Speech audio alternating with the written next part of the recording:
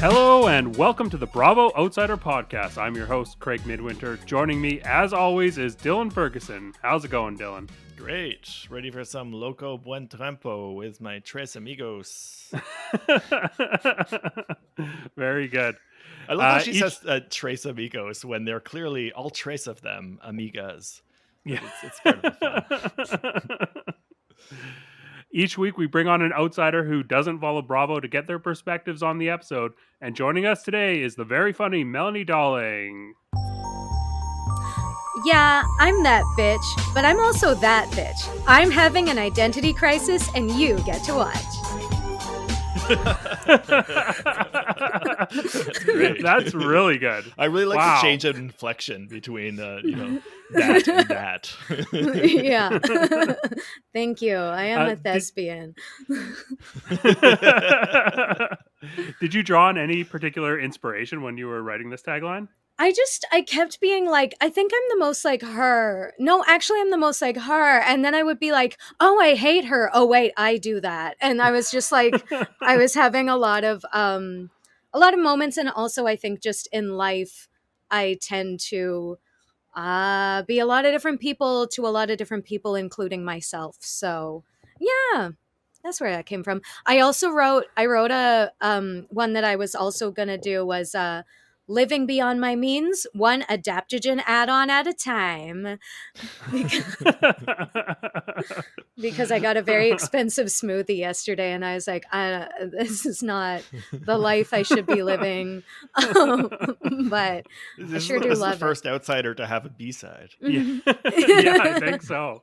We usually start off just by asking, to give a little bit of a background in your experience with reality TV. Yeah, so I do watch, I think I'm more inclined to watch a reality show that has like a thing that you're trying to accomplish, oh, I'm trying to find someone to date, or I'm trying to become the best drag queen, or like I loved back in the day, I was all the like on my PVR when that technology became available was all the like, so you think you can dance, America's Next Top Model, like all those.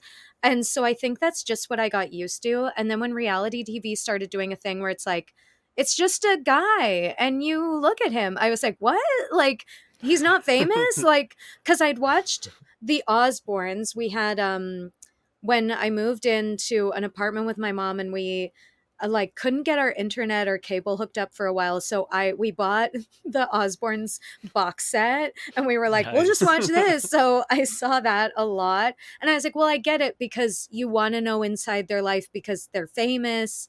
It's like fly on the wall. But then I never got into like the personality ones. And then I had a friend who had a baby, so she would just watch like Kardashians and all that all day, and I was like, ooh. Oh, yeah. I am getting invested when I come to her house, and I would get really heated. Like, I actually think Kim's right. But then I didn't like that side of me, because I was like, I'm getting so fascinated by these people I could never meet. And it just brought out a side of me that I don't necessarily like to shake hands with. And when it's at least something like it's a season, they're trying to date, I talk about it with my girlfriends, which couples we like, which not. I can go into that zone because I know it's just in a bubble, as opposed to like, and then I'll just keep watching it. It's easier to compartmentalize. Yes. So did you find that it like that watching this kind of awakened that same sort of side of yourself? Yeah. So, okay. Interestingly, the Orange County one, I was like, I can't get into this. I can't tell these women apart from each other. There were moments that I liked. I was trying to like be as positive as possible and see stuff. And there were people I liked and there were moments I liked, but I was like, oh, this is a challenge for me. And then right at the end, there was a cliffhanger and I was like, well, now I want to see the next one. So like I could see myself becoming, it didn't necessarily awaken that side, but I could see the beast starting to come out a bit. I was like, I bet if I knew more of the backstory of a lot of these like little fights. And then New York, I was like, instantly in it. I was instantly like defensive of characters that everyone was mad at for reasons that I didn't think were justified. I was instantly like, oh, she's a queen. I love that outfit. And I was like putting together like lookbooks in my mind of if I were to emulate some of these women. And like I saw myself going like, I think I'm going to watch this. Like, so yeah, I definitely could watch. The New York one was starting to take over my life as I was watching it. Yeah, that's awesome, and it's a great season to jump into New York because it's like a fresh start. It's a hard reboot. All of these are new cast members, so you don't need to worry about getting that whole backstory because the whole fan base is getting to know all of these new champions that are emerging. So you Okay. can get in kind of at the ground level on this. Let's start with New York if that was the one that kind of engaged you the most. What were your first impressions of each of these women, or who stood out to you? Okay. I love Jenna so much. Yeah, Team She's just Jenna. like, yeah, okay, good. Cause I just like anything they were criticizing her on was something I feel is totally justified. And I think these women have just been socialized differently than Jenna has, and Jenna's just very much her own person and very like take it or leave it. And I didn't think she did anything wrong. I don't think she's ever done anything wrong. But I just like I love the way she dressed. I love the way she presented herself. I love the way she presented her ideas, the way she communicated.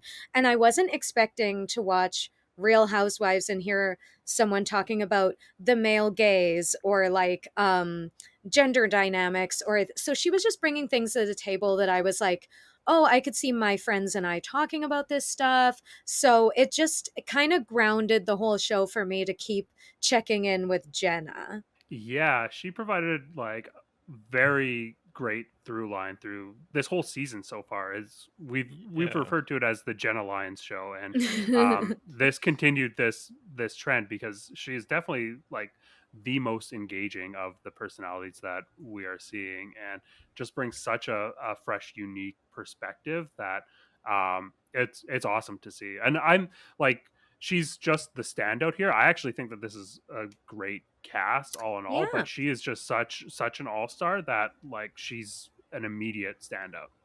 I did like them all. Like I will say, like after watching Orange County, it was a bit of a breath of fresh air, just in the sense that with Orange County, it makes sense now that you said they've been on for seasons and seasons because it felt like they were speaking in riddles to me sometimes.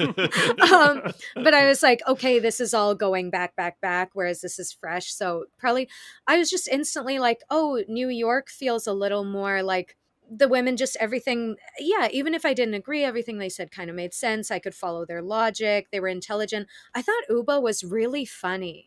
She was cracking some jokes Yeah. and I was appreciating sometimes that's where I often don't see eye to eye on the type of women I'll see on reality TV. I'll say that where like the sense of humor, I'm just like, oh, they would think I'm a fucking freak. Like they wouldn't understand a word I'm saying. But Ubah had like a real little wit to her that I very much enjoyed. And yeah, I had a moment with each one of them. I'll say where I was like, okay, yeah, they all like you said, they're compelling. I liked watching them. Yeah, did anyone like really rub you the wrong way?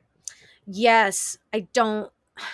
Okay, Jessel. We know Jessel was being a real Rudy Tooty in this episode, so I feel like that's like the go-to. Like Jessel was being rude, but I don't know enough about her to be like that's who she is. Because I'm also like, it does suck when everyone gets a gift of lingerie and yours is the ugly one. Like I also didn't think that Yeah. lingerie was nice, and you're Yeah. like, oh, thanks. Like I wouldn't do what she did, but I'm also like I would feel kind of sad that my free gift of lingerie wasn't very nice.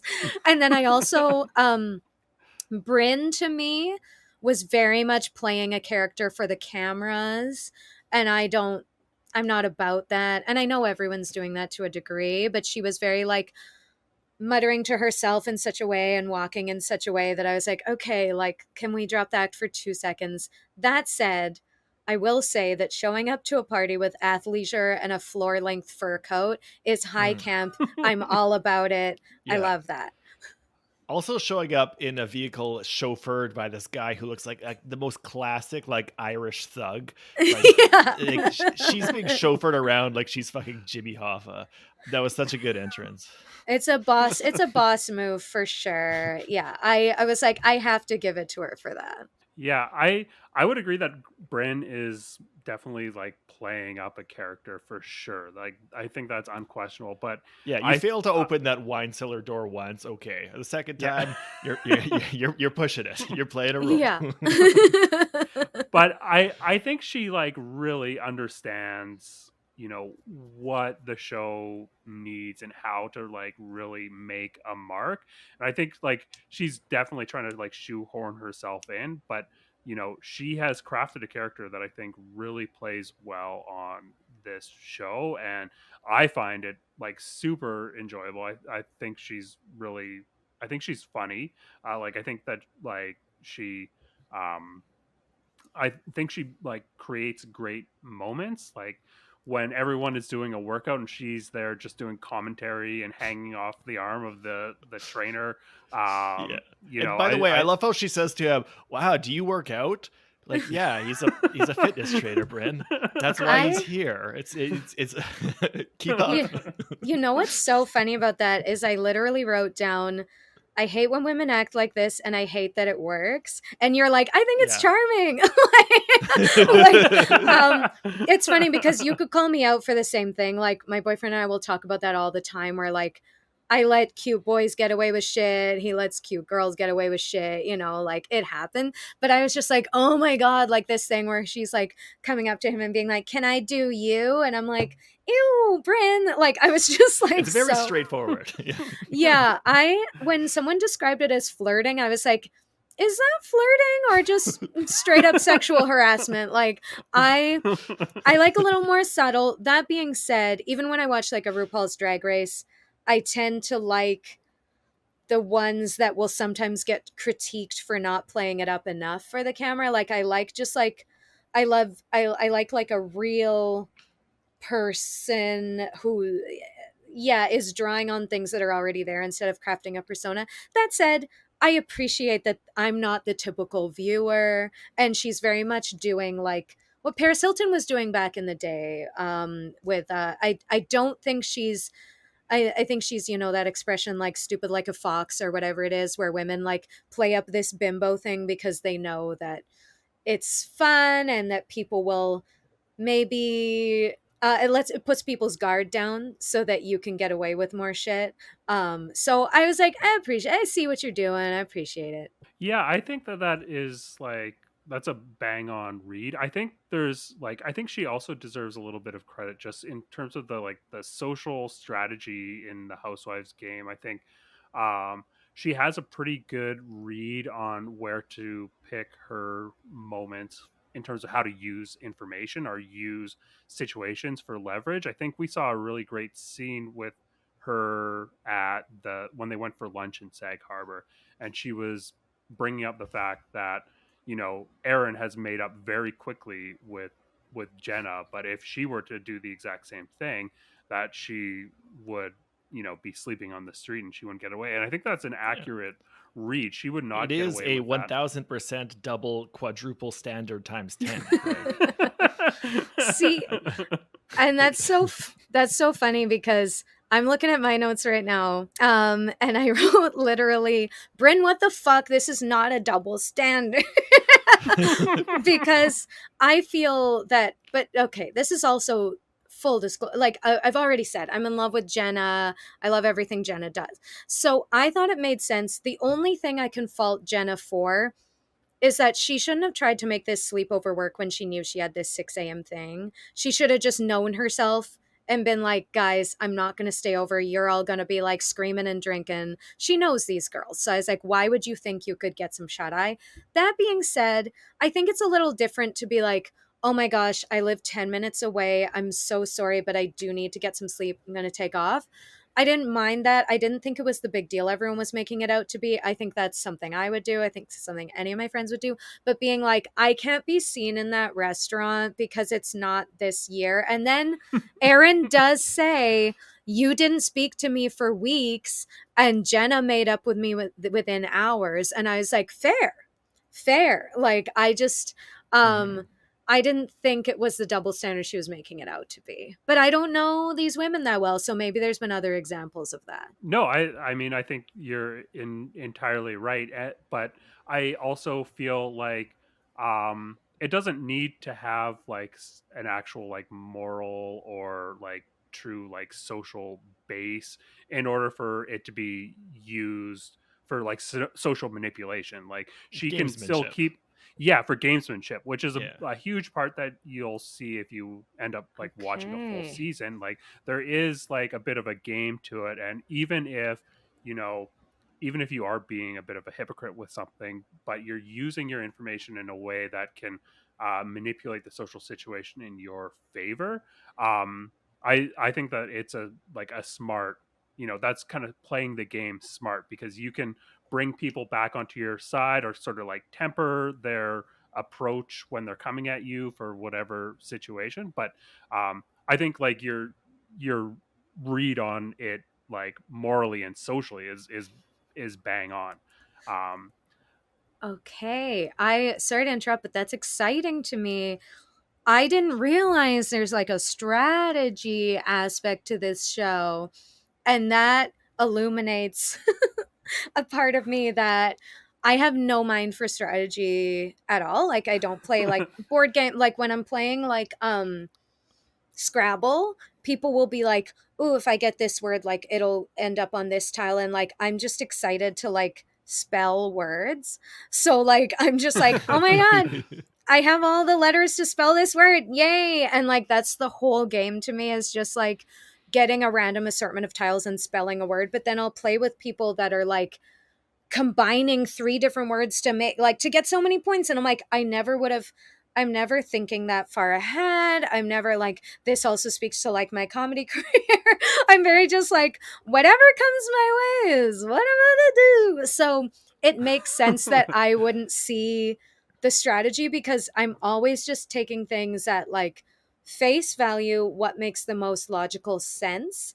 And it's harder for me to see things from that lens, so that is putting a lot of things in perspective for me now that you say that. yeah, I think we like also just as viewers, we have the, you know, we've got the privilege of like retrospective and being able to see things like very removed from the situation. So you know, that definitely like colors the perspectives that we have as, you know, commentators on this situation. And you know, you can like, I use strategy, there might be like a better word for it, since there isn't an ultimate end goal. You can't really win Housewives, you can just survive Housewives. So It's like um life. yeah. But that does make uh sense. And I have, I act like I'm so innocent to strategy, but I understand social dynamics and knowing people well enough to play a chip a certain way. Like,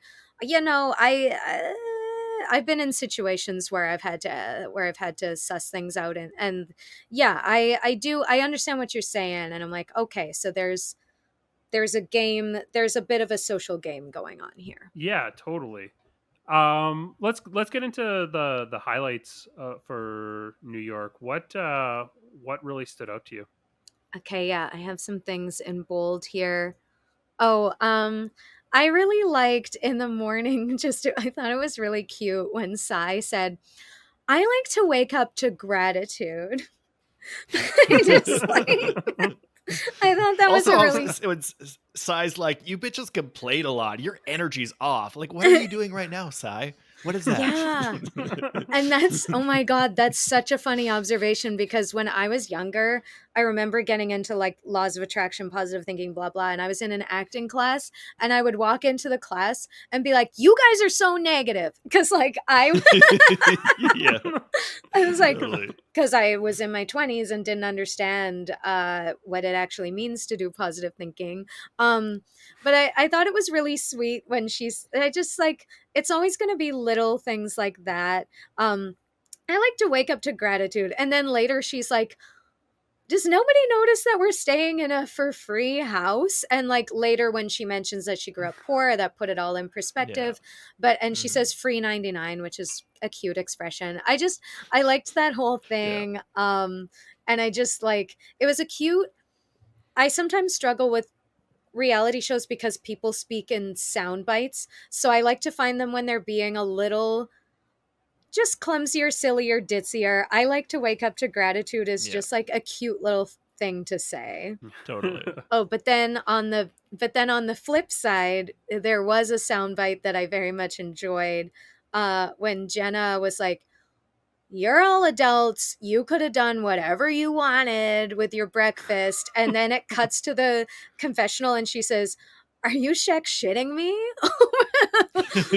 Over the shakshuka, which popularized by Love is Blind, a show that I do watch a lot and makes me feel sick inside, but I can't stop watching because my friends send me voice notes about it and then I have to watch. Are you shitting me was such a good line. And just being like, what? I told you I didn't want to eat. By the way, I looked up shakshuka, a very like garlic heavy meal to have right before you work out. She's in the right, but she's like, you could have eaten your garlic and eggs before doing a hard workout. I'm not stopping you.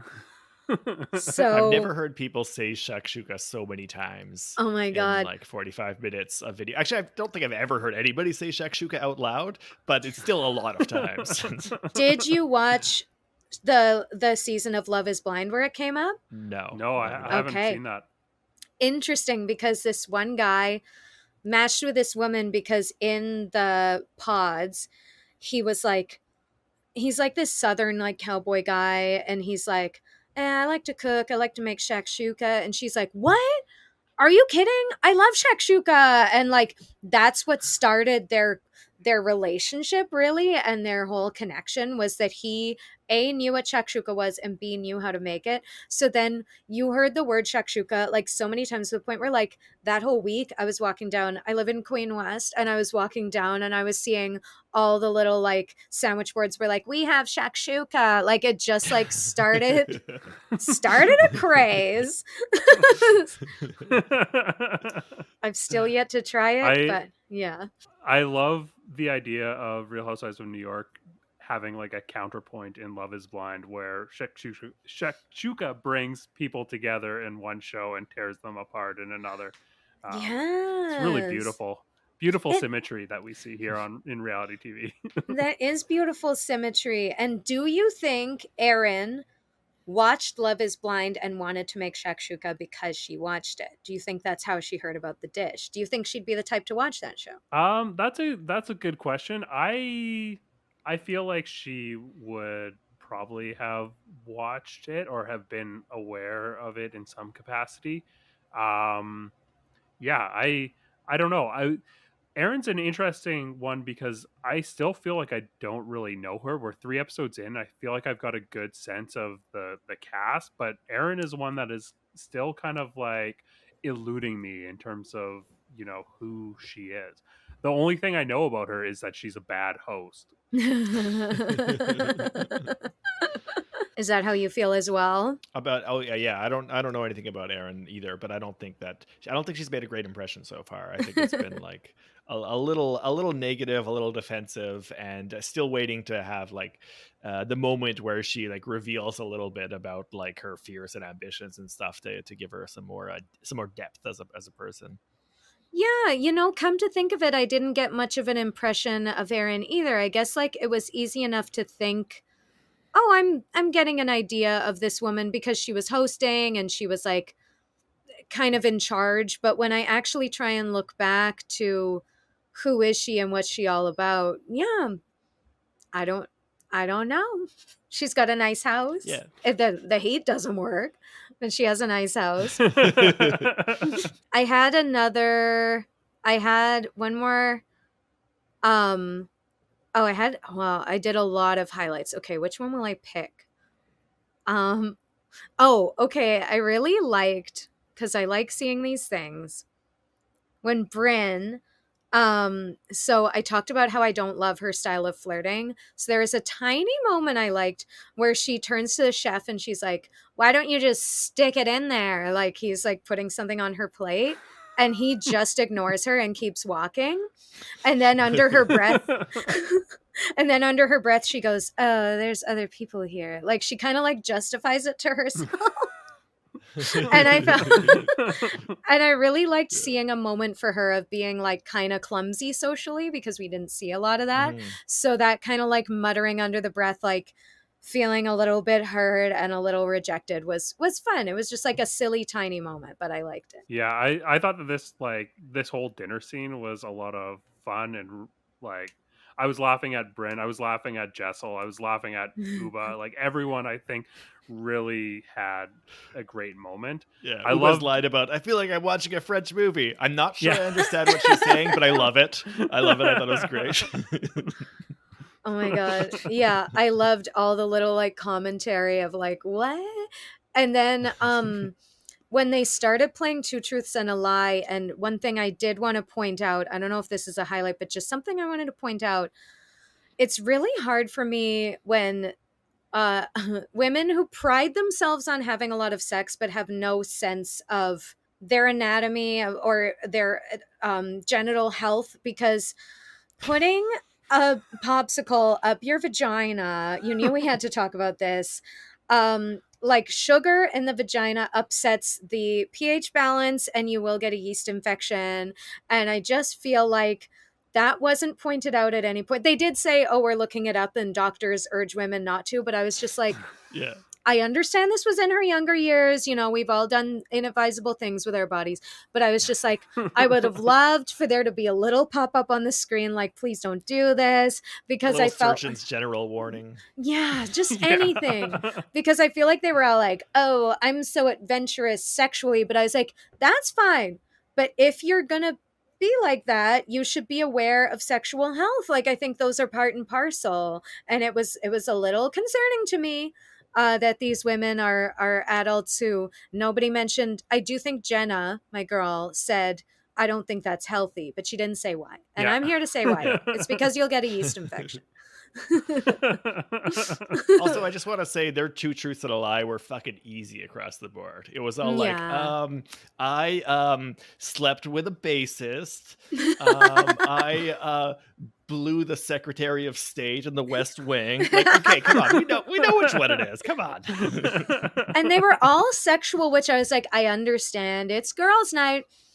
I find Two Truths and a Lie so much more interesting when you say something like truly twisted and shocking about yourself that leads to like an amazing story, as opposed to just like, I've had sex in an elevator. Like, I'm like, okay, like I already believe that about you. Like, I don't know.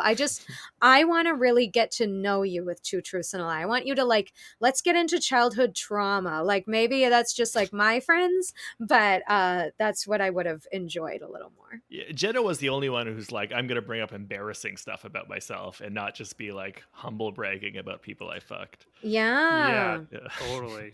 Yeah, and this was a complete missed opportunity to give some backstory, like you say, Melanie. Like it could have been a real opportunity to introduce yourself as a person on this show, and really missed the mark. And I especially took offense to Erin's Two Truths and a Lie, where she was like her truth, or one of her truths, was that she had sex in a senator's office. And then she's like, I don't want to talk about it at all. I'm not telling you this story. It's like, why would you bring that up? Like, why not choose something else then? It was like, make yourself that mysterious. I've Also, always she never no. said federal senator, so I choose to believe it's a state senator, which is much less impressive. I've always thought, yeah, that the point of those games is that at some point it turns into a conversation and you kind of forget that you were playing the game.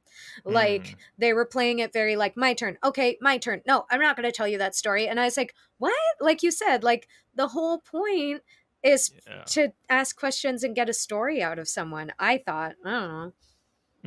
Yeah, and also oftentimes on these shows when we see like these social dinner party games being played, it's used as an opportunity to like instigate a fight and like stir up drama. And I was a little disappointed that no one's one of someone's truths wasn't Aaron is a great host, because she was a terrible Ah. host this weekend, and I feel like Jessel or Sai even could have brought this up, or Brynn, just try to like stir something up here. But it was a little bit of a waste, but it was like fun to see them kind of playing around and at least getting a bit more comfortable with each other.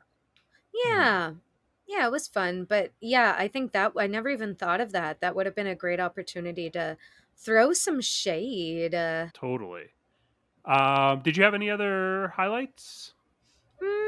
I mean, I loved when they couldn't turn on the fireplace and Brynn said we're so fucking stupid. That made me laugh. That's By just the way, cute. Sai was right. Just throw a match on it. The gas is there. Throw a match on it. Sai had Is that true?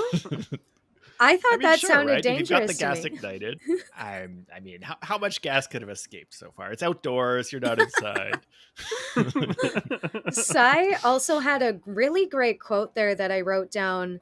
When you grew up poor, I just throw the match in the oven and it comes on. And I wrote, what?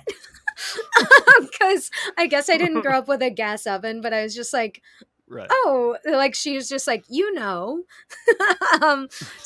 I found that funny. Is there anything else worth bringing up? Oh, okay, the only other highlight I want to bring up is an outfit that they only very briefly showed that Jenna was wearing that I loved in the confessionals. She was wearing a menswear shirt with a tie and a pearl necklace. And I thought that was so smart. And they only showed it one time. And they talk about her like she's not a fashionista, but I was like, every single thing she wears is immaculate to me. And I don't know that if that's like they like she mentioned very much dress for the male gaze, and the way she dresses is maybe not so much for that, but I was just like, what a chic ensemble. So I just wanted to shout out that outfit because I loved it. Yeah. And to be clear, she is also a famous fashion designer. Yeah.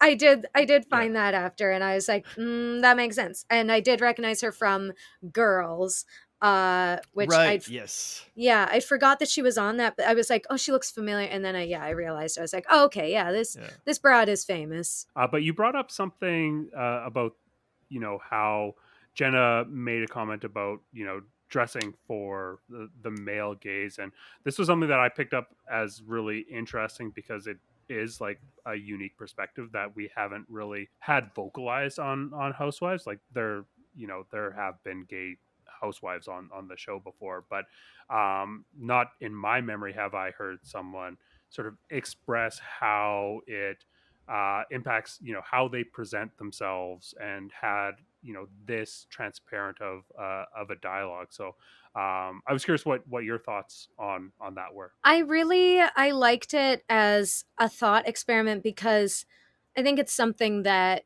I mean, in the corner of the comedy scene that I inhabit is very much the femme queer like space. So I feel like these are the conversations I'm having all the time.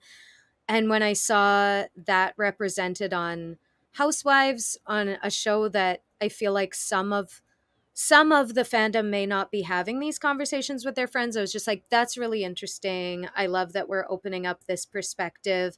And I found it interesting, especially in contrast to a lot of the housewives were saying, oh, she's so uptight. Oh, she never shows herself off. Like there was really this like sentiment that she needed to change something about herself. And I thought it was really cool that she was just like, no, I just stopped caring about the male gaze, and that's what they're picking up on. And I think that's an interesting thing for people who are socialized female to think about when you're criticizing a woman for what they are or are not doing. Is that coming from your heart, or is that coming from a social convention? And that's it's there's no right answer. It's just like it's worth examining, and I thought it was really fascinating to examine it on this show that is very much about women who have wealthy husbands. So I was like, oh, that's interesting to me. So I really liked it. Yeah, I thought it was a great moment too, because we often see on these shows the women all being like, "Oh, you look so hot, you look so hot," and it's great because they're like, very supportive of each other. They're very reinforcing of each other. That's one of the positive things of the show. But in this moment, you see a moment where they're like, "Oh, we want you to look hot, Jenna. You look hot," and she's like, "Well, you know what? That's not my thing right now, actually. Like that's what I used to do, and that's not what I'm going for now." And to just like kind of like flip the script a little bit and be like, okay, it's awesome to like support each other, but what if we're like reinforcing a more narrow idea of what we should look like or be like? That isn't what I want right now. And I thought that was a great moment for that.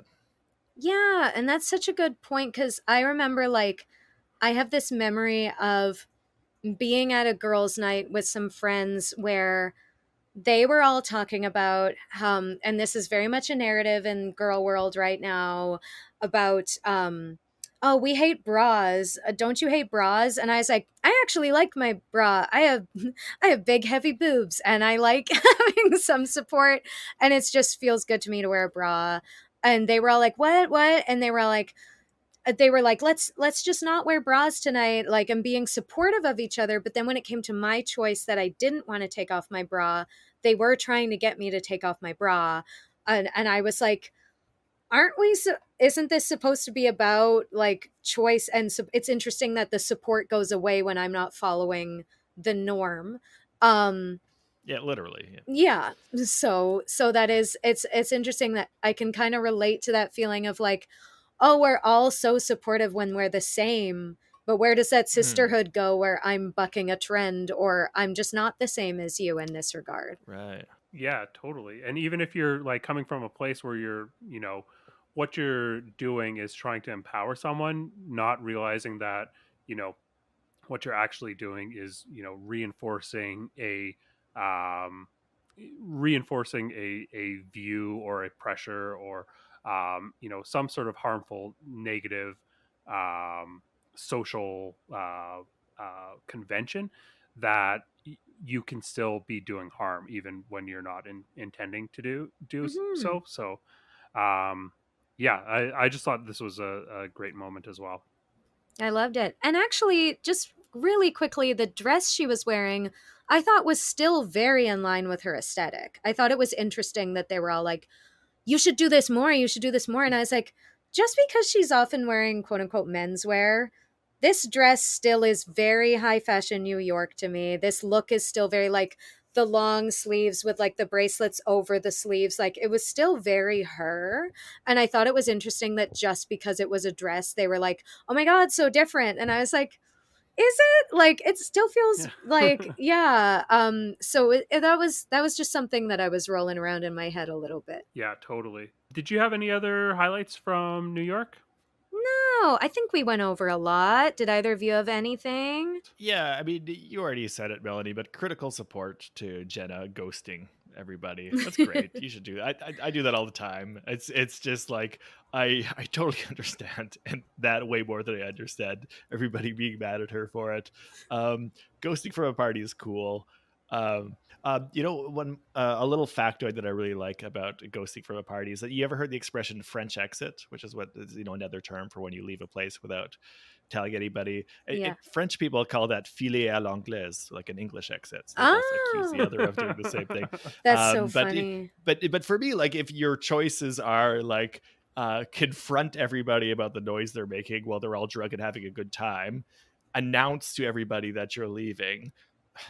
Both sound horrible. Or just crack the door a tiny bit and slink out and hope nobody even hears your footsteps.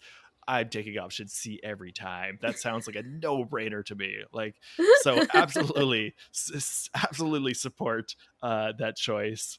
I think I do think Brynn was being a baby about the double standard stuff. I get, Craig, that she is doing a strategy thing. I thought it came off as being whiny, and like just like trying to play her hand too hard. And Brynn's like flirty thing. I mean, you've already kind of touched on it, Melody, but it's like it's so like just straight down the middle, so straightforward.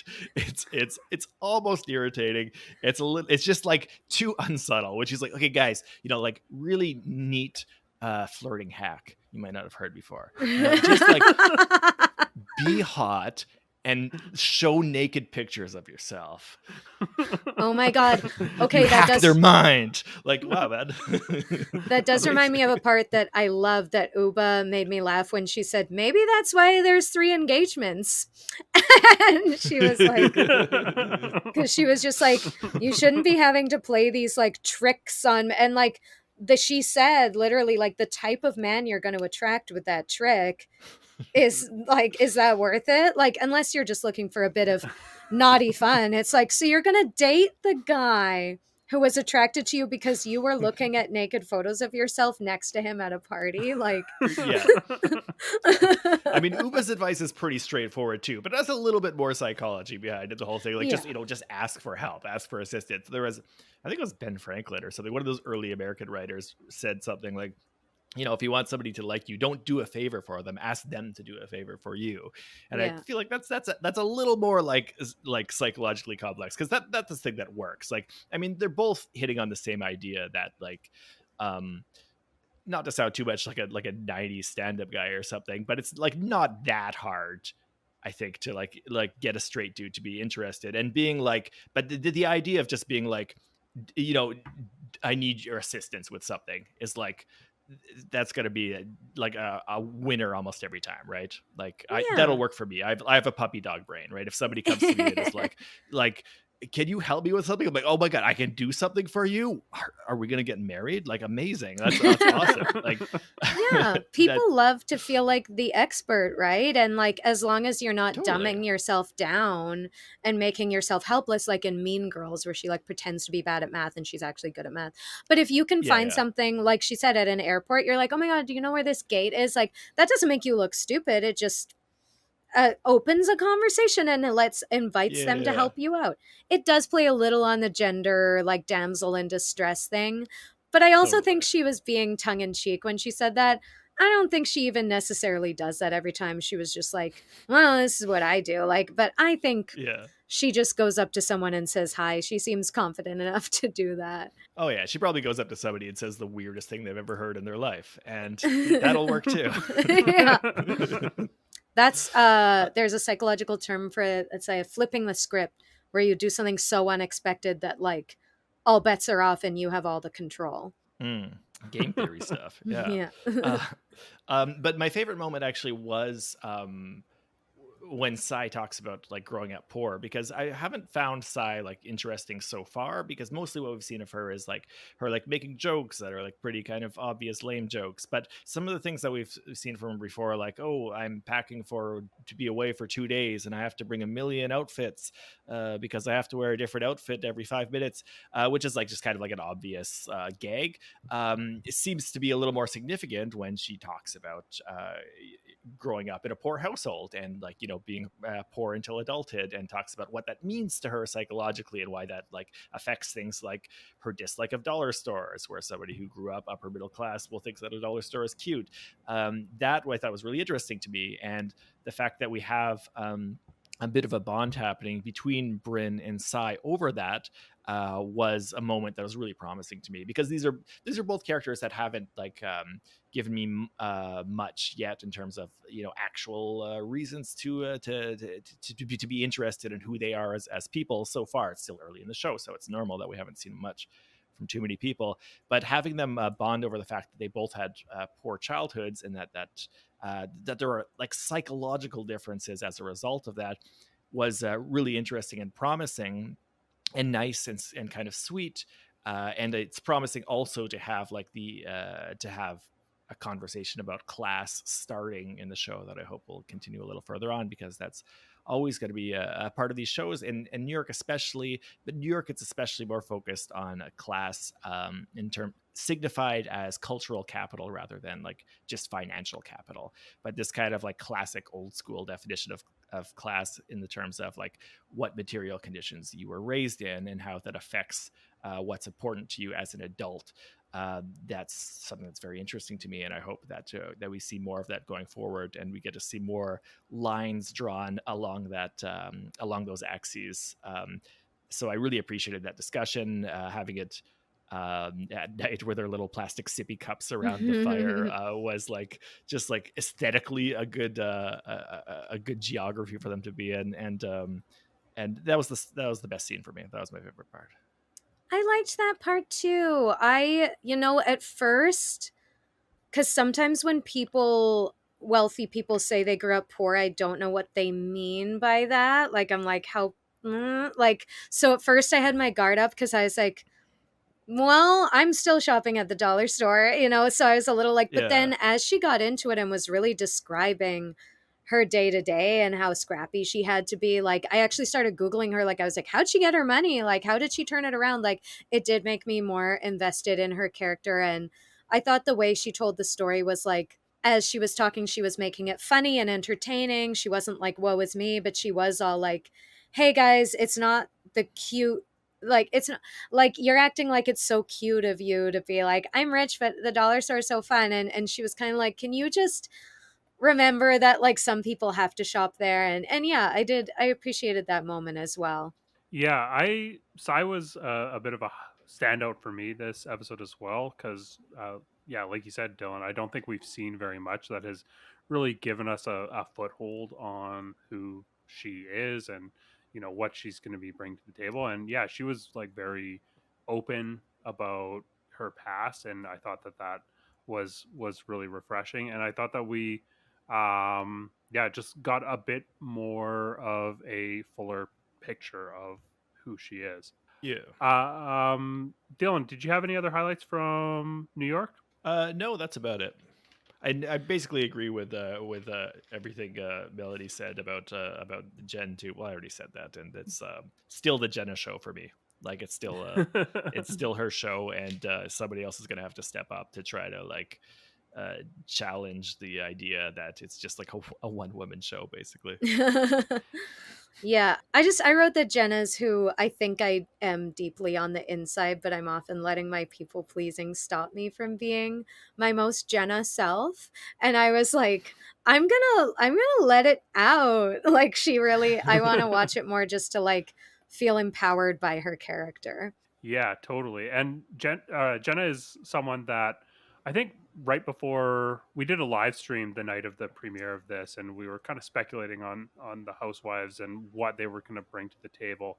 And since Jenna was the most like well known person on this cast, kind of had the most to go on with her. And just based on what I've seen on Instagram and Reddit, I was like, oh, I feel like Jenna's going to be this villain because there's all these stories about Mm-hmm. people that have had run-ins with her where she has not been warm and she hasn't really engaged very well, and people that have worked at J Crew and like have tried to make small talk with her and it just not like being friendly. And I was like, okay, so maybe we're gonna get this hardcore villain coming in that is like really off, is really going to be aggressive. And we've gotten the complete opposite, but everything that you've read kind of tracks now that we have this like fuller picture of who she is. And it is very endearing and like very I identify a lot with sort of the awkward and the anxiety of it all. I just have been really pleasantly surprised with her. So I 100% agree with you guys that Jenna is really the star. There I is one person that we haven't really got around to talking about yet, and that's Jessel. And Oh I yeah. think she's given us two really strong episodes back to back. I mean, she has not come across likable, and she hasn't seemed like she's trying to come across likable. And I really like that. Yeah. I love a villain who, or someone that is going to go for a villain, or someone that is going to like be rough around the edges and really agitate things socially. It's such a like necessary part of the show, and the fact that she's doing this and she's not delicate about it. She's very clumsy. She reminds me a lot of Shannon from Real Housewives of Orange County, except Shannon is like likable and trying to please people and clumsy, whereas Jessel's the opposite. She's just like clumsily offending people and being very negative. And I really love it. I also think that she's funny, or she's trying to be funny, and she's just like it's not landing. It's landing in such a way that people are just like very put off by her, and it's so fun for me to watch. I really appreciate that. Yeah, I like that perspective, the clumsiness.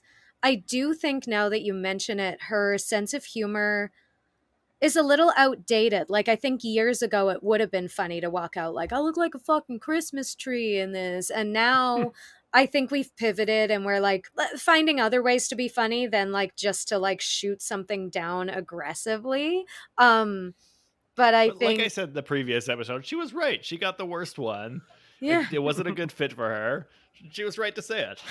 And I'm glad I I saw agree with you. I saw you nodding when I said that earlier, and I was like, "Okay, good," because I was like, "Oh well, it is ugly," and like I wouldn't say anything, but I would be quietly heartbroken that this fashionista brought everyone little outfits, and that mine was ill fitting and kind of old fashioned. Like it looked a little off the rack for me, and that's, you know, as I know from RuPaul's Drag Race, off the rack is a real insult in the fashion world. So yeah, I just didn't love it, but I did. Yeah, I didn't get much from Jessel in this. I was just like, yeah, she sucks. Like I was like, she's mean.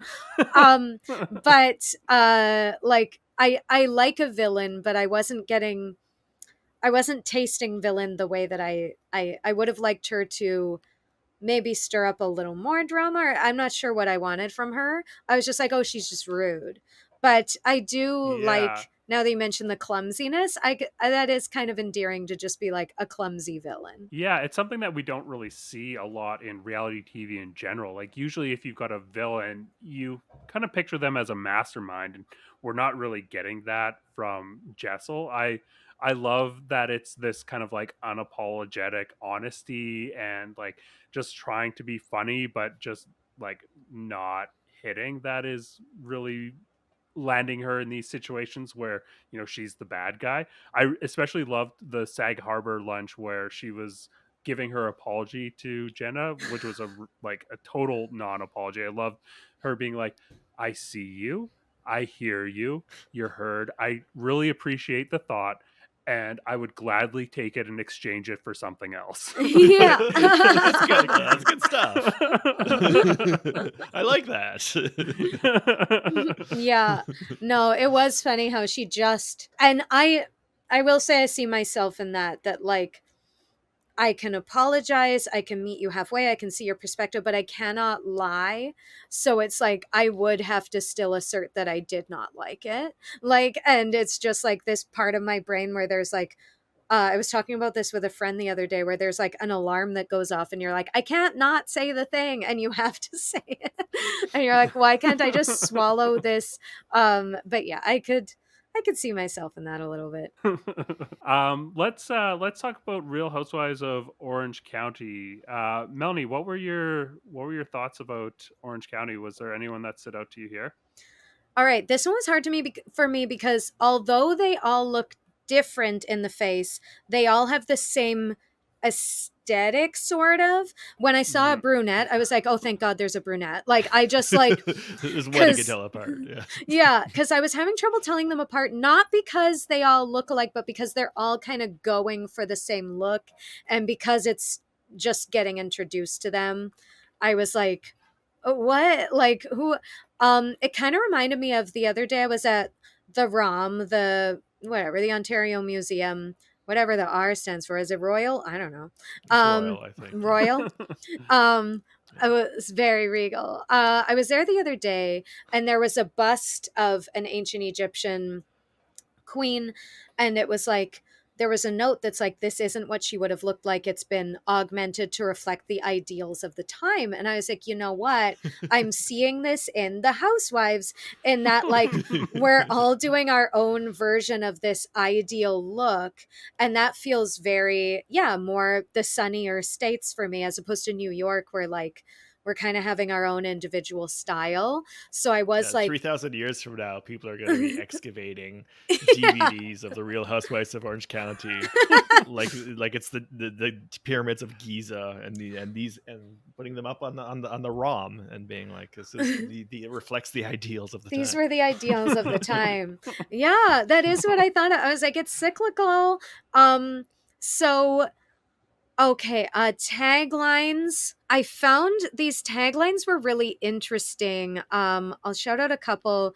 The best one by far for me personally is, in Orange County, I call the shots, and it's always tequila. That's Shannon.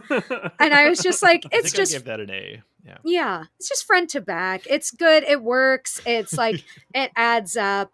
The other two that stood out for me, okay, I will say I struggled with Emily, but I think that's because, and this is something they say on the 30 going on 13 podcast, a podcast I listen to a lot. We hate most in others what we see in ourselves. And I saw Emily as a bit of a pick me girl. Are you both aware of what that means? Yeah. Yeah. Yeah. Okay. Just because, so I saw her a bit of like, I'm just one of the, I'm just cool. Like, and I have trouble with that persona, because I will say it was one that I kind of, I was aligned with at a certain point in life, that I'm trying to go from an Emily to a Jenna, I guess, is what I could say. So I was like, ugh, like her tagline, if you want to waste my time, at least hand me a taco. Like when women are like, oh my God, I eat food. Like Right. I have trouble with that. And like taco, it's like the quintessential, it's either taco or burger, because that's like a Or pizza more sometimes. pizza, yeah, like a junky, Right. like quote unquote male food. And I'm like, get over yourself. Right. That being said, her outfit at the pool party, I love. We can get into that. Oh, and then Gina, this struck me. I really like Gina on site. She has a cuckoo accent. I was like, where is this girl from? She sounds like she's from like 3 different places. But I liked her because Yeah, totally. she had a bob, so I could tell her apart from everyone, first of all. Um, I liked her because, but okay, sorry, I'm tripping over myself. I guess I was more struck by these women than I thought. I liked her, but her tagline, the difference between my past and my present, well, that's just apples and oranges. I was like, that feels like someone who's very embarrassed by their past. The fact that you even have to mention it in your tagline, as opposed to just being who you are now. The fact that you have to be like there was a girl on RuPaul's Drag Race, Roxy Andrews, where she always had to mention, I was a bitch on my first season, but I'm here to be like, and I sense a defensive-ness or like an embarrassment. And I was like, oh, that makes me sad that you can't just be like, here I am, this is who I am now, take me as who I am now.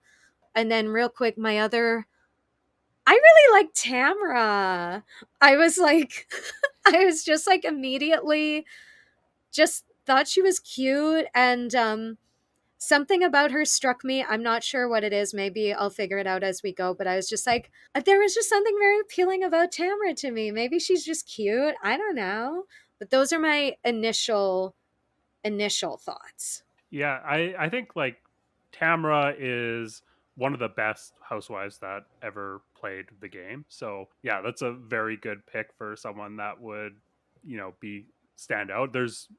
I think there's like any number of reasons why you could like Tamra, and they'd all be 100% valid. She's got so much dimension to her as a housewife, as a character on these, both in terms of, you know, just how she conducts herself on screen in order um to seem like very like honest, or also very manipulative And also just um very unhinged a lot of the time Yeah. too. She's just such a fucking wild card. She's so unpredictable, and that's why she's the engine of the show to me. yeah, She totally. definitely reminds me of there are certain women that when I meet them, like, yeah, kind of Tamra types, like party girl, off the wall, cuckoo, fun, that bring out a side of me that I don't often get to hang out with. And I get really intoxicated by their presence. And I find myself like just acting a way I wouldn't normally, saying yes to things I wouldn't normally. And I think everyone needs one of those, like one of those friends where you're like, I have no idea what's going to happen tonight.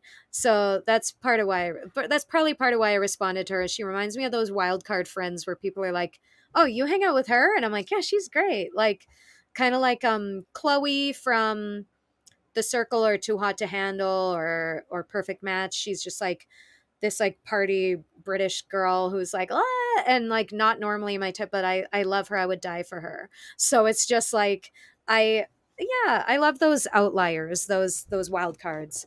Yeah, I think like that's a great read on Tamra, and that's something that she really plays to her advantage. She's able to like get people to come along for the ride and use that to create, you know, social opportunities for herself, whether it's so that they get in trouble with someone else or do her bidding for her in whatever sort of plan or whatever she's trying to exercise within the group socially. She uses that to her advantage and is still like really likable. What were your highlights from this episode? Okay, let's see here. Oh, I will say real quick that I think this version of the show seems to be the template for when people parody Housewives, because the confessionals, the very brightly lit like green screen of your house like confessionals, I was like, "Oh, I've seen people do this on TikTok." And I always thought, oh, that's a low budget version of, and then I was like, no, that's actually what it looks like. There's something Yeah. very sterile, low budget, like fluorescent lighting almost, that I was like, oh, this is the show. Like, so those parodies are very accurate. So that feels like this show really informs a lot of things I've seen. Oh, okay, I'm just scrolling down and seeing the highlights that I bolded. um the first one I have, I don't know why this stood out to me, but I wrote, Gina's boyfriend's being mean to her about the pasta, and I feel defensive for her. Because I don't like she's already in this vulnerable situation where like she's done the thing, she's made friends with her like ex's partner and they're hanging out, and then this person's like, at least that's what I thought was happening, and then she's like I said, I didn't know what was happening a lot of the time, but then she was like, oh, this one time Gina made a handmade a meal and it was so nice. And he was like, well, she didn't really make it. And like, I understand teasing someone. Like, I understand. Yeah. And then he was like, it wasn't real pasta. And like, I'm like, you know, I understand there's a time and a place to tease someone, but when someone's getting complimented and loved on, like, I just, and I already felt defensive of Gina because I'm like, she has some kind of past that she's very ashamed of. And now he's like, whatever. And like, I also just feel like throughout this episode, I was seeing Gina being like such a bright light and so wanting to um, speak about things on such a deep level. And there was another scene where her and Travis were having dinner, and she was just like, wow, I'm just really feeling this way right now. And he was going, yeah, totally. I was like, what a boring man. And I'm like, just because he's not toxic doesn't mean he's the pinnacle of like what boyfriend you should have, Yeah. Gina. Like, I think she deserves better. So I was just very defensive of a girl I had just met at this point when he started making fun of her with the pasta. A rare misplay from her boyfriend Travis. I think that he's like very awkward on TV, and like you said, Melanie, he's like very boring. And his greatest trait is that he's not toxic. That's like that's his like his whole thing is like he's not like problematic, and he like says the right things. But aside from that, it's like he's so boring to me. And yeah, that's bang on. You're speaking my language with that read. Okay, good. I was gonna say the same thing, honestly. He is just like a really boring man. And then she's talking about this meal he made, and she's like, "Yeah, I think that was the last time you made a meal." And then she's like, "Actually, I think it was like 2 years ago." Like, all right, Yeah. maybe, but did you just say it? Oh, and then she goes out of her way to make a meal, his favorite meal, by the way. And his reception was lukewarm for someone who was like, "Oh, you haven't cooked for 2 years." Then she was like, "Is it good?" And he was like, "Yeah, it's good." And I was like, "Can you just be effusive for one moment? Like, can you just be like, wow, thank you. That this is really nice." Like, it doesn't have to be, you don't have to be the most expressive, like animated person, but you could just make her feel appreciated for going out of her way to do this thing. At least he didn't say, "Yeah, the sauce is great. I love that brand." Are you both, are you a canned sauce? Are you two canned sauce boys? Do you No. make your own sauce? No, I stopped liking Gina at that moment, honestly. It depends on the situation, I will say. It depends on the situation. We actually do a lot of HelloFresh, and their sauce that they typically have with whatever pasta dishes, I really enjoy. We're not sponsored by HelloFresh, but if you We work for might be. HelloFresh, just hit us up in our DM. No, I just feel like if you're making a chicken parm and you're putting sauce out of the jar, what did you make? It's assembly. It's not cooking, it's assembly. That's true, but I thought those artichokes looked really cute. They did, yeah. The, Yeah. the bowl of roasted artichokes. I'm not sure what they're doing with them, but it did look really cute, yeah. Yeah, I it guess looked. they're just eating the leaves one at a time, yeah. Who's to say? I haven't had artichokes in such a way, but I was like, that looks like a thing a chef would do. Yeah. I love how you said that like you were Gina. You really mustered her like 6 states at the same time. Yeah, accent. okay, I'm so glad we line up on that, because some words I was like, okay, what accent is that? And it would be like one word out of a sentence, and I was like, she's fascinating to me. I'll do you know what? I'll do a jarred sauce. I also do HelloFresh, and that's been opened me up to a world of little tips and tricks that I have really appreciated learning from the good people at HelloFresh. But you know what I like to do is take a prepackaged item and upgrade it with my own ingredients. That's usually what I do. Oh yeah. Yeah, balsamic. In my hadn't thought 20s, of. I loved getting the frozen pizza and then like sprinkling some garlic powder on it. That was like how I spiced up a frozen pizza when I was in my 20s. I like. We've totally Great- done that great together, trick. Craig. Yeah. You did the hand gesture like it was real fancy, like a chef would do, like sprinkle some garlic sauce. Yeah. Doing like the Salt Bay thing. Yeah, it was very Salt I Bay. was thinking it was closer to the time of Emeril Lagasse, the BAM. Oh yeah, Right, in those bam. days. You know, you throw a basil leaf on there, and I'm believing you made that pizza. Yeah. So my You next. throw a basil leaf on there. Oh, I basil. believe you own a pizzeria. It's true. If It's you all want to in find the a basil leaf, you got to go into the garage. the garage. My next highlight. Okay, I really liked when Tamra and Emily went for their little kitschy cowboy bar get together. I thought that was really sweet. And like I said, I hadn't previously liked Emily, but I liked them in this interaction. I think it would be so hard to have seen someone on television saying their unfiltered opinion of you and then sit across the table from that person and go over that. I was like, they're made of stronger stuff than me. And I know they've been on this show a long time, but I was like, that's huge for me. And just like Tamra saying, I'm really glad we're friends. Like, just when people are open in such a way, like because as adults, it's hard to make friends. And like, I've had people in the comedy scene reach out to me and be like, I'd really like to be friends. And just when people are that transparent, it makes me smile. It's really sweet. I wrote, why am I getting emotional over this open communication and friendship? That's what I wrote, because I was getting a little misty. I thought it was really sweet. And then and I laughed when Emily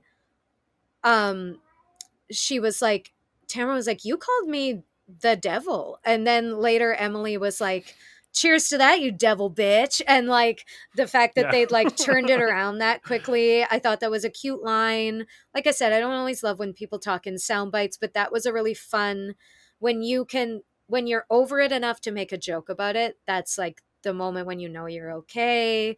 And I really liked that interaction a lot. Yeah, I've got a lot of notes from this cowboy bar scene as well. This was um again, I'm always looking at the like the social gamesmanship of it, and I thought that this was a really interesting play by Emily to try to align herself a little bit more with Tamara, or maybe not like fully like hatch out an alliance, but kind of things seemed like they were starting to settle after the last episode. It seemed like lines were kind of being drawn, and Tamra and Shannon's relationship was going to really be solidified as this really strong social force within the show. Um, I think her going and being like open with Tamra and being like, "Oh, where are things at with you and Shannon?" Like seeing how trying to get a read on it, and then being like, "Well, this is what I heard from Heather, and this is like something that Gina has also heard. Have you heard this as well?" Kind of confirming that Heather has been like talking shit. Yeah. And I thought that it was really interesting that she was going to use this to position, you know, Tamra and Shannon against Heather, or see kind of how that impacts the relationship with Tamra and Shannon. Really, just trying to like mix things up. I think one of the things that we see on a lot of like more boring seasons of Housewives is that we have sides that are very like pretty like well defined, and there's not a lot of movement in terms of how people align with each other. Actually, I shouldn't say that, because we just watched a season of Real Housewives of New Jersey that was very much like that, which was fantastic. But I think it can make for more boring television if it's very like clear cut, well defined, this side versus that side. But we're seeing a big mix up on Orange County, and it's really interesting to watch how people are trying to um, keep the water agitated so that pieces are like moving and not ever settling. And I thought this was a really great scene. Since Tamara was in a cowboy bar, I was expecting her son Ryan to like saddle up and take their drink order. We didn't see that, unfortunately, but I'm still not convinced he's working at a ranch. He's probably working at that bar. Okay. He's just out of Yeah. sight. Interesting. I didn't know she had a son who's working at a ranch. Yeah, allegedly. Oh. He shows up in every scene, like when they're just like lounging around the house or out at a party. He's wearing his like cowboy hat and his like belt buckle when it's really uncalled for. Really entertaining. Yeah, he just awkwardly saunters in, and it's like, hey, howdy. Oh my god. He's Okay. hilarious. Now I want That bar did look fucking terrible, though. I hated that bar instantly. But it's another great example of why I love these like weird Orange County settings. Like you go to this like fucking like fake simulated dive bar and order a bottle of champagne. We've previously seen them order champagne at a bowling alley. Here we see them order champagne at a fake dive bar. It's their world is so ridiculous. It's just a strange place where they live. But I will say, I'm kind of, to throw it back to my tagline, I'm kind of that bitch. Like, I love to like get sushi at a mall food court. Like, I love like Sure. the like fancy versus not, like doing something very fancy in a setting that's not fancy, or vice versa. Like eating with your hands in a restaurant where that would not be dignified, like, just like mixing it up. But I do understand the audacity of like a fake dive bar. It's like, what? Just either like go to an authentic dive bar or go where you really want to go. Like, you're like, oh, I want dive but not sticky tables. Like, it's very Yeah. you want everything catered to you. I want there to be a row of fans and it to be well lit. Yeah. And a huge sign that says cocktails. Yeah. I'll go to a dive bar if it's not like a dive, Yeah. So I do understand that. Oh, one of my other highlights, there were a couple of moments. Oh, there were a few moments at this big pool, should we call it a pool party? It was a slip and slide party. Yeah. Quite a That's the lot technical happening term there. for it. Is this is a rich text. So I'll just go very quickly. One thing that made me LOL is there's a sign on the charcuterie board table that says "I love you to the moon and back." And that's just a little girl world thing that makes me laugh, is little signs that say things that don't make any sense, that you're just like, it's at the charcuterie board. Like, that doesn't, like, that's so stupid. But it's like, you're just like, oh, it's cute. It says something. Like, I don't know. There's something indefinably silly about that made me laugh. Yeah. I wrote, I'm impressed by Heather's use of the term dalliance in a flashback. She says that, oh, you two had a dalliance. Yeah. So there's a part at the champagne slip and slide party where a fight breaks out. There's a very intense conversation happening. Didn't fully understand the backstory, but that's fine. And two of the girls are talking to each other and they say, do we suck for not going over there? And the other one's like, I mean, there's no room on the chairs. Like, and she says it in such a way that like really, really cut me up. Just like, there's no room on the chairs. It's just like such a move I would make, first of all, where I'm like, I don't want to get involved in that. I will take any excuse to not be part of that conversation. But that really made me laugh. But then they all go over there, like. But then they're all like, "We're all going." And then everybody's just like just flies on a piece of meat on a table. Just everybody's crowding around them, like, I'm part of this conversation now. Oh, and then that made me laugh too, where they all descend on them, and then the two that are talking, one of them goes to the other, I'd like to talk to you alone, actually. And they act like they weren't trying to do that in the first place. And then they're like, okay, let's go over here. And it's just very cartoonish. Yeah, very silly. Yeah. Yeah, this was a fantastic scene. I love Jen showing up in black for her own funeral. Like, I immediately made the mental note. I was like, oh yeah, she's dressed in black for her own funeral. And then she made that exact same joke in her confessional. But it totally was. Like, it was a complete setup on the part of Tamra for to set her up with her ex-friend Heather, Dick Pic Heather or whatever. Yes. Coming to like start shit. I thought it was really really nice little visual touch that we got for her entrance there. Oh, the shadow of the netting on her face was so high camp. Loved it. Yeah. Oh, here's a quote from Jen I really liked.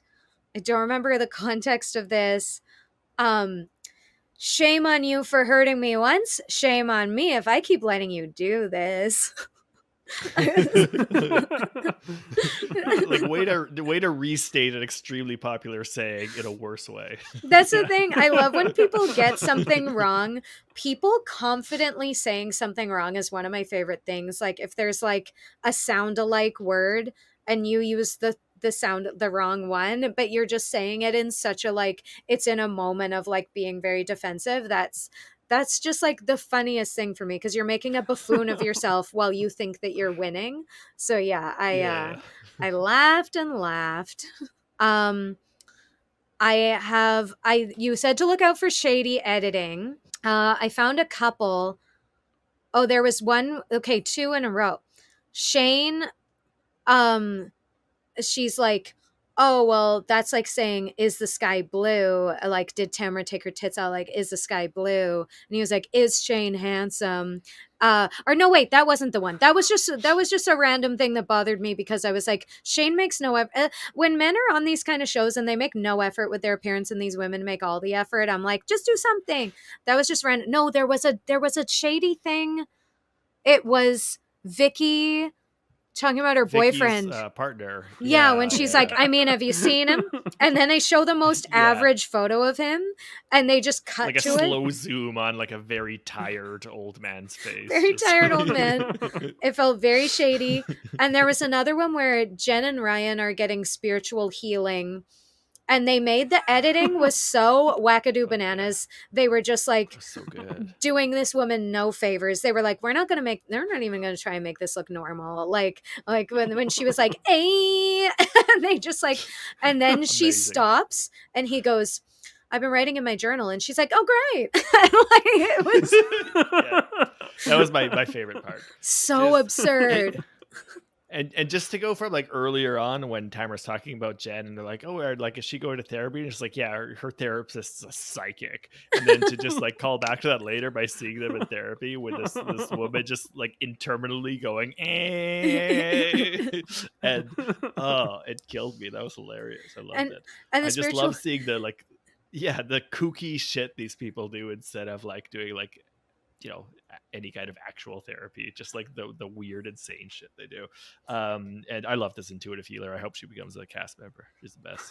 Oh, I would love it. She was so, and I think this was the editing, but she was so on demand because she asked a legit question, and then like Jen was like, "Oh no, you know what? Why don't you just She says something like, "Why don't you just go into the healing?" And then she's like, "Eh," like, and it was just like abrupt. She's like, "All right, cool." And that was hilarious to me. And also good for her. I couldn't just like slip into something like that. Oh, and you mentioned this earlier about Loco Buon Tempo with the Tres Amigos. Was very funny to me. Because I looked up, I'd never heard Buon Tempo before, and it said that it meant weather. So I don't know if that's just like a bad translation, but if it is the real translation, that's very funny, is to be like, crazy weather with the three friends, like, is a funny thing to say. But I liked, and then, the cliffhanger at the end of this, where I honestly couldn't make head nor tails of like, there was a dick pic thing flying around, and then there was a thing of like Shannon's relationship and what's going on there. I really couldn't understand any of that. But when she's like, "If this gets out, my relationship is over," I was like, oh damn, now I kind of really want to watch. Like it was juicy for me. I liked it. It was an insane cliffhanger, especially since the last thing we see is just this weird little cup to Vicky making some bizarre noise. She's just like, ah!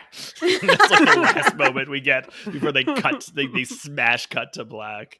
It was such a crazy ending. I loved it. And Vicky, by the way, just quickly, I don't want to be shady, but Vicky's got crazy eyes. So like you cut to her anytime and I'm like, so she certainly makes a dramatic cut to Vicky for sure. Yeah. I love anytime that we get like a fourth wall break where we see like production having to react to the story in real time. And so seeing, Shannon want to be off mic, and like I just thought this whole scene at the table was so good, the way that it built up to like Shannon being like, I know immediately what they're referring to and I need to get this mic off of me. I thought that was such a compelling way to end this. It was also really great to see Vicky back on screen because she has not been on the show in like 3 years or something like that. And she's the OG of the OC. She was on season 1 until like season 14 or 15 or something like that. So she's got such a huge history, especially with Shannon and Tamra. So seeing them together, she should have never been like put on break. She should have never been put on pause. It's great to see her back and immediately like in a meaningful capacity. I think it kind of contrasts something that we saw on Real Housewives of Atlanta this season, where they brought back the OGs of Atlanta, for the most part, the OGs, for like a lunch, and it had like zero consequence. It was, just really fan service, basically.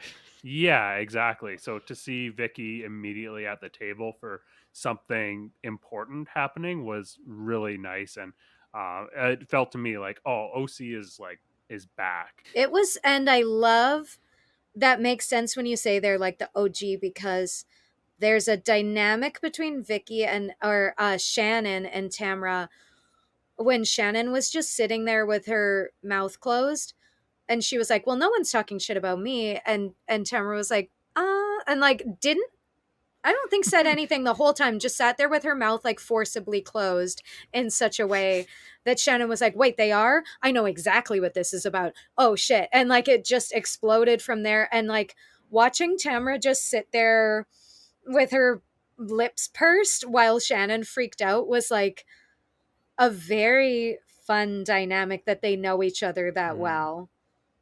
Yeah. Yeah. That was what's great Yeah. about this. Just the way that they tap into knowing each other so well that they can read each other's expressions and eye movements was like really entertaining. Yeah. And also just knowing the game, right? Like just like I think we often talk about Shannon just being kind of like clumsy and unstrategic and just really like messy but still likable. And this kind of showed like she's been in the game long enough. She knows exactly what is coming around and was able to pick up on it without any words being uttered. Mm-hmm. And Tamra's version of a poker face is hilarious. Just inhales her own lips. Yeah, just like nope. Like yeah, it was quite the bombshell moment, and it did make me at least want to tune in for one more. Oh yes, hopefully it's a good one and completely hooks you. Yeah. Dylan, do you have any highlights from OC that we haven't gone over? Just little things. The ancient mother named Paris, pronounced Paris for some reason. I don't know if she was entertaining to me. I do like that we get Tamra doing another like really over the top apology when she's talking to Jen, which we've seen her do that before. Just like instead of doing like the hedging your bets kind of apology they usually do, just going like full on like fucking, oh, I apologize unreservedly.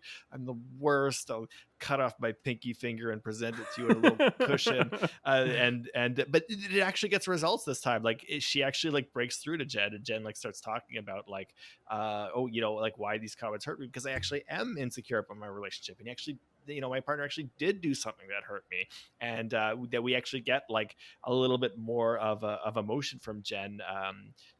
Showing why she's been reacting the way she does. Like Tamra's like a crazy exaggerated theatrical apology actually works. It actually breaks her down. So I really enjoyed that a lot. You know, I love little waiter cameos in these shows. I always got to point out a good waiter cameo, and I do love the old man who should for the Tres Amigos lunch. She was just like, welcome to Mozambique. I really like the welcome to Mozambique guy. he was great. 5 stars for him. And when Tamara's like, if that's what she's having, then where? Like when people are going like, yeah, girl, and the waiter's just like, okay. Like I've been that server many a time where you're just watching someone else have an amazing time and you're like, great.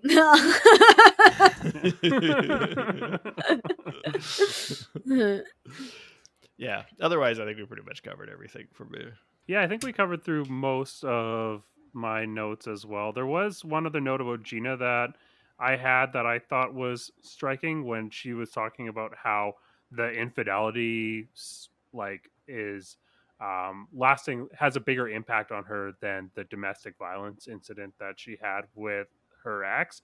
I thought that it was just really a striking comment, and I really appreciate. I've said before that I think Gina is very like sincere and emotionally honest, and I think she's having a really good season.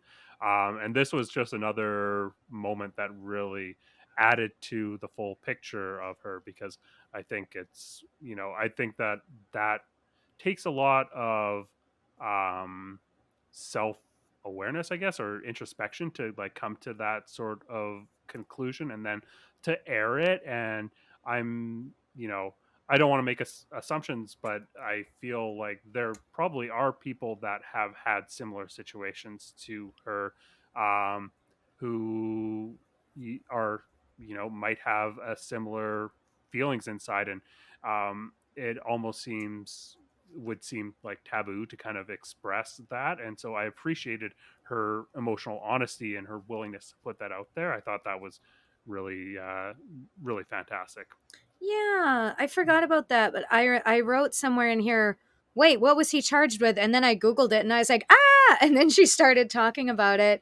And I was like, I cannot believe we are getting this real on. I don't think I ever expected this show to delve into those waters. And like you said, it might be taboo to, I think feelings are messy and reactions don't make sense, and it probably like society would dictate that this is the thing that should be the more serious than this thing, but it was the betrayal for her, and that almost makes sense to me. And I really that was definitely a striking moment where I thought it was weighty, and I was impressed with the honesty. Yeah, because I think like you know, there's probably a lot of like shame that she carries as a result of those feelings, like because that like intuitively just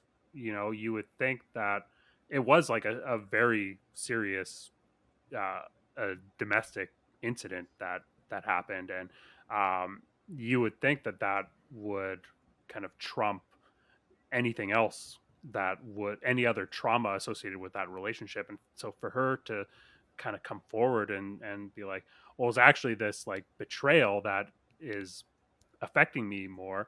I feel like there, people might feel shame for carrying feelings like that. So I definitely appreciate her coming out with that. Another little moment that I had written down here was there's just like during the montage of the glam moments, we got a little scene where Jen was getting ready and has a like a call from Ryan, and he makes a joke about like it's like, oh, can I get the rest of the girls' numbers because I've got this like dick pic that I'm Yeah. working on, which like it's really like off color and like kind of inappropriate because it seems pretty clear to me that he did send an unsolicited dick pic, which is not cool. And for him to be like making a joke about it and really like diminishing actual feelings that someone would have about this is like really inappropriate. And then we get Jen like following it up with like, isn't he such a sweetheart? Like he's just such a sweet little cutie for making a joke like Yeah, this. but what he's doing is he's underlining to Jen how much there's the other people's story is fake. You know, that's what Mm, right. Like he's Yeah. reinforcing his narrative by being like what their accusation that I intentionally sent a dick pic to somebody else is so absurd that why don't we joke about it, me and you? You know, he's reinforcing their yeah. story against other people's. That's interesting. I forgot about that, and I meant to ask about that because I was like, if it's actually all been blown out of proportion and he's like a good guy and this didn't happen, then that is a funny joke to make. If not, it's kind of gaslighty and, like you said, reinforcing the narrative and like, we both know this is stupid, right, babe? Like kind of manipulative. And so, yeah, that was I hadn't highlighted it, but that was when I wrote in my notes for sure where I was like, "Oh, I'm not sure how I feel about that." So, yeah, that's interesting because like I said, I couldn't make head nor tails of it. So if we're like, no, this guy sucks and he did do this thing, then yeah, I feel entirely differently about the joke. And yeah, it makes me want to shake her and be like, you gotta see things for what they are. I guess like some context about like what we do and don't know about this situation to like I guess inform any judgments we want to make. He has like said that like he did send this dick pic. That is a fact, but his explanation for it was that he's only got like four people in his Snapchat. He's got his kids, he's got Jen, and he's got this Heather girl, and he Could have accidentally been sent worse it to then. all of them. Yeah, okay. I didn't realize his kids got it too.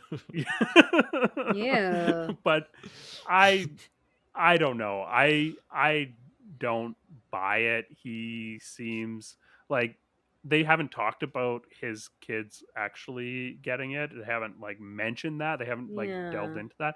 It just seems like a flimsy excuse. It doesn't pass the gut check for me, that's for sure. But then there was that flashback, I think when she uses the word dalliance when she's like, oh, you guys were on a break. Like, So was that part of the dick pic narrative, or is that a different thing entirely?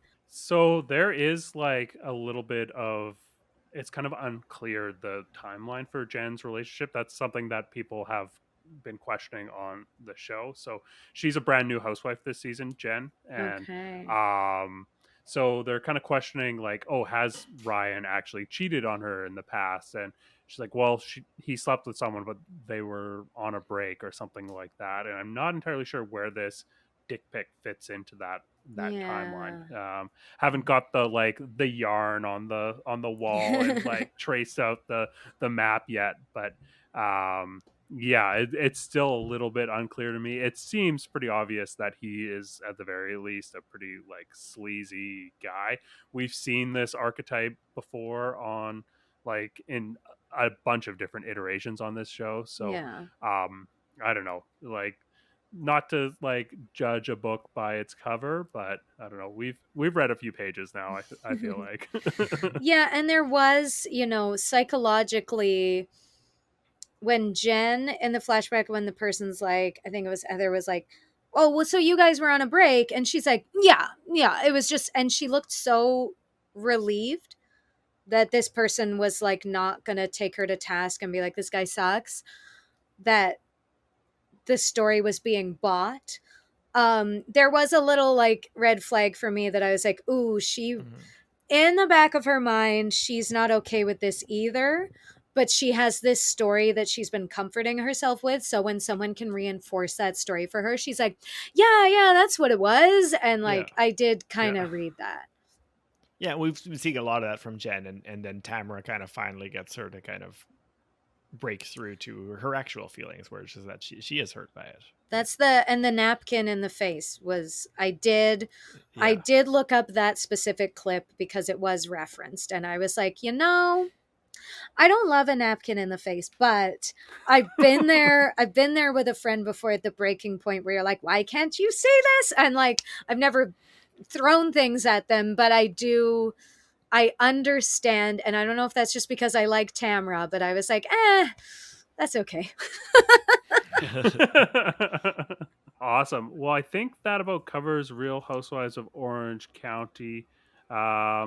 Quickly, I just want to do one last segment where we go over who is Hunky-Dory and who can rot in hell. This is just an opportunity for us to call out any sort of anything that we want to call out. Doesn't have to be Bravo related. It just anything we want to gripe about that can rot in hell. We can pick that, or anything that is Hunky-Dory that we want to recommend. Melanie, we'll start with you. Okay. Do I do both at the same time, or are we starting with one or the other? Yeah, whichever one you want to start. Okay. I'll start with Hunky-Dory. This Who relates is Hunky-Dory? this relates back to HelloFresh. Hunky-Dory, you can have a meal without grains. And I feel like I've often felt that grains have to like anchor a meal. And I've been on a digestive health journey where I learned that I was gluten-free, that I've always known I had to be lactose free, but I was like gluten. So, but then I'm still filling up on like the rice or any like gluten-free grain because for some reason I've just been brainwashed to think that I need a grain to feel full. And then I had a HelloFresh meal that was just like a lot of veggies with like some meatballs and a nice sauce. And I was like, I feel fantastic. I don't need a grain. And so that was just a really exciting moment for me. It sounds like what you would love is shakshuka. You know what? I do really like eggs. Yeah. That's a grainless meal right there. It's a grainless meal. It's eggs. There's a little bit of flavor. I do think I'd like a shakshuka actually. Mm-hmm. Awesome.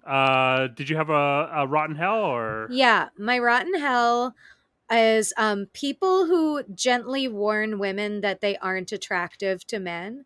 Like I was talking to a woman who right now is weight training and she loves it, and she said that a lot of the accounts, and you see this, but this is just a good example, you see it in all forms, but on these fitness accounts where women are bodybuilders, people will be in the comments And it's not like, ew, you look gross. It's like, ooh, you're actually quite muscular and men aren't attracted to that. Like it feels very, I'm gently breaking it to you that men aren't gonna like this. And like it really feels like the person thinks they're doing this woman a favor. And you see it from all genders do this to women. You see it like and it's just something where I'm like, can we just assume that if someone has put on an outfit or done something drastic to their body that would have taken a lot of time and effort, that they wanted that, and that they probably weighed out the pros and cons in terms of like dating, etc. Like I've had it with my tattoos, people being like, oh, what are you going to do on your wedding day with those tattoos? It's just like, let's just, I don't like it. So that's why I put it in the rotten hell. Rotten hell. Totally. They can rot in hell. That's something that we actually see in the Housewives universe. We see people make those sorts of like comments on Instagram about someone's plastic surgery and that sort of thing. That's typically, kind of a target for that kind of behavior as well. So totally rotten hell. Yeah. Dylan, how about you? I'll do this quickly. Hunky-Dory, Jen's new Maleficent ass confessional look that she debuted this episode. Yeah. It's really Who is cool. Hunky-Dory? Yeah. Rotten hell to Heather for wearing a wetsuit on a slip and slide. Don't do it if you don't want to do it. What the Rotten fuck are hell. you doing? Heather's fashion choices have been insane this whole season, and not in a way that I approve of. I'm sternly disapproving of her fashion choices. Heather, I will say, I just found kind of boring overall. Couldn't get a read on her. I was like, okay, yeah, I agree. Yeah, my rotten hell also goes to Rotten Heather hell. this week. It's been announced that she is like building or renovating a new house in Beverly Hills, and so she was kind of hinting that we're going to get another storyline of her doing a renovations, which is like something that we saw the last time she was on Real Housewives of Orange County. There was like it felt like 8-season long storyline of her renovating this house, and I just don't want to see it again. I am shocked when I see people commenting on Instagram that they're excited about this, because it just like it fills me with a sense of dread. So Heather can rot in hell for buying a new house, I guess. Hunky-Dory is not Bravo related, Who is but I wanted to Hunky-Dory? call out one of my favorite podcasts. It's Poor Little Thing podcast. Amy Goodmurphy and Ryan Steele have an excellent podcast. It's really hilarious. I definitely recommend checking it out. And I think that about does it for Bravo Outsider this week. Melanie, thank you so much for doing this. Do you want to let everyone know where they can find you? Yeah, you can find me on Instagram, Melanie Dahling. Dahling, it's like darling, but with an H instead of an R. And that's where I got a link tree on there. You can find me and listen to my comedy album, please. Yeah, it's a great album. Also, it felt like a bit of a love letter to Winnipeg to me, and kind of like a love and hate. I really appreciate that. So anyone in our audience that is in Winnipeg especially, I think you'll really enjoy it. So check that out. Dylan, how about yourself? If you want to hear me jabber on a little bit more, you can look up the podcast Mind Over Splatter, hear me talk about horror movies. I've teased it before, but in a couple weeks, don't quite have the date yet set, there's going to be the premiere of The Devil You Don't, new limited history show about cryptozoology, obscure American literary controversies, colonial New Jersey, all the shit the kids love. There's a guy named Caleb Pussy in it. It's fun for the whole family. Great. Awesome. I am looking forward to that. That's been Bravo Outsider for this week. I'm Craig Midwinter. You can find us online, bravooutsider.com. You can find us wherever you're listening to podcasts. We're on YouTube, Bravo Outsider, Instagram, @Bravo Outsider, Threads, @Bravo Outsider, X, @Bravo_Outsider. Until next week, keep on wiping.